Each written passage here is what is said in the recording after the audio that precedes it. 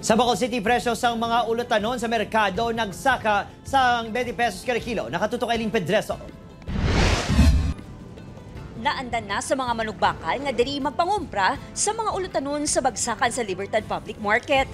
Magluwas nga preska na, barato pa ang presyo. Sa masami kuno, puno sa mga ulutanon ang duha ka plastic nga dala ni Tessie apang subong adlaw. Gamay lang ang nabakal niya.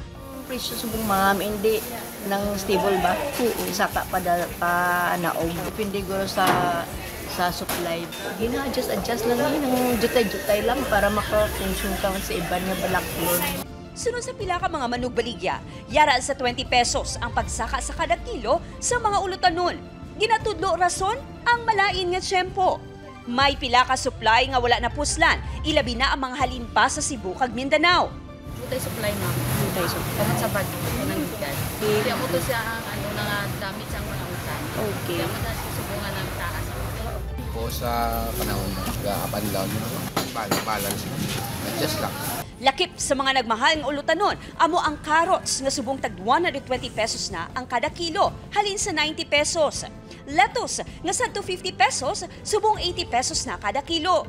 Kalabasa nga sadto 20 pesos, 40 pesos na. Patatas nga sadto 50, 70 pesos na.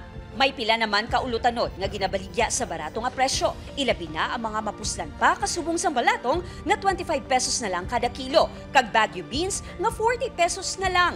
Eileen Pedreso, 1 Western Visayas.